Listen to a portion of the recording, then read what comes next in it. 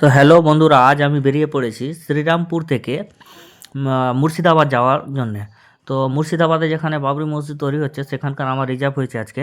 তো আমি আজ সোজা যাব শ্রীরামপুর, সেখানে লোকজন উঠাবো। লোকজন উঠিয়ে আমি বেরিয়ে পড়ব মুর্শিদাবাদ বেলডাঙ্গা যাওয়ার জন্যে। তাই আমি গাড়ি স্টার্ট করলাম, স্টার্ট করে আমি বার করে সোজা পৌঁছে গেলাম পার্টির বাড়ি। এবার পার্টির কাছে গিয়ে আমি ফোন করলাম, পার্টি বলছে 5 মিনিট দাঁড়াও, আমি চলে আসছি। তাই আমি বসে আছি।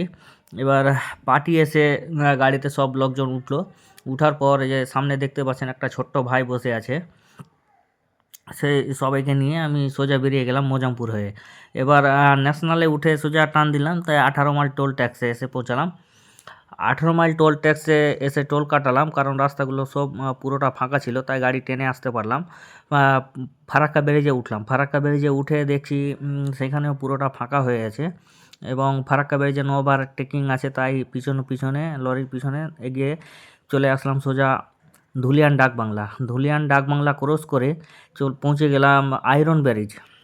তা আয়রন ব্যারেজটা ক্রস করতেই সোজা পৌঁছে গেলাম আর বহরমপুর বাইপাসে।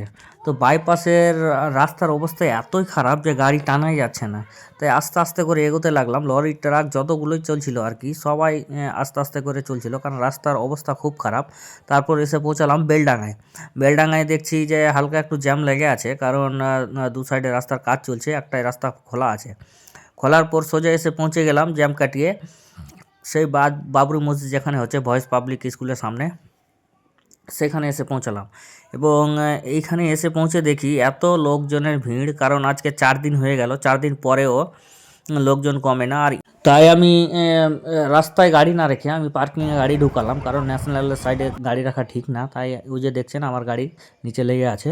এবার এই সাইডে এসে দেখি এত ইটের পাহাড় হয়ে আছে যে এই এতগুলো ইট মনে হয় ইট ভাটাতেও নেই, 5 থেকে 6 লক্ষ ইট হবে এখানে, যেগুলো পড়ে আছে। আর একে একে লোক নিয়ে আসছে, একটা দুটা করে এনে এনে আবার দিচ্ছে। তো ট্রাক্টর এদিকে খালি হচ্ছেই, অনেকগুলো ট্রাক্টর আছে, খালি হচ্ছে, মাঠে প্রচুর লোক। এবং এই ভিড়টা হচ্ছে দান করার জন্য ভিড়, যে মানুষ লাইন লেগে দান করছে, যে আপনারা দেখতে পাচ্ছেন কতটা দান করার জন্য লোকজনের ভিড়। যে যতটা পারছে নিজের সমর্থক হিসাবে দান করছে, এবং স্ক্যানারও দেওয়া আছে।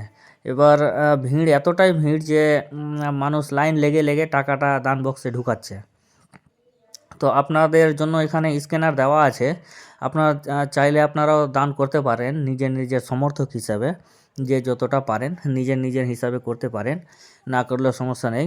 আর তারপরে এই সাইডে দেখেন এতটা লোকজন নামাজ পড়ছে, যে ইঁটগুলো দেখেন, রিপোর্টাররা ভাইরা রিপোর্ট করছে, এবং আমাদের শ্রীরামপুরের লোকটি কি বলছে শুনুন। আমাদের গ্রামে বাবরি মসজিদের জন্য ইট নিয়ে যাচ্ছে, দেখো কিসের জন্য এসেছে দাদা?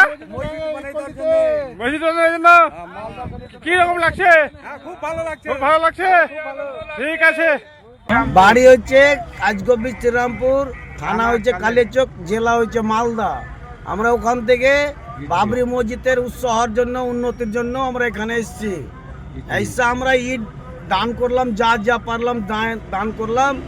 আল্লাহ আমাদের মসজিদকে যেন সুরক্ষিত উঠতে দেয়, মসজিদে কোনো যেন বাধা বিবাদ না হয়। আল্লাহ আমাদের বাবরি মসজিদ শহীদ করেছে, তার পরিবর্তে এটা মসজিদ আমরা নির্মাণ করে আমরা আল্লাহর কাছে শুকরিয়া আদা করব। তোমরা কজন এসছো? আমরা এসেছি 8 জনা। আচ্ছা।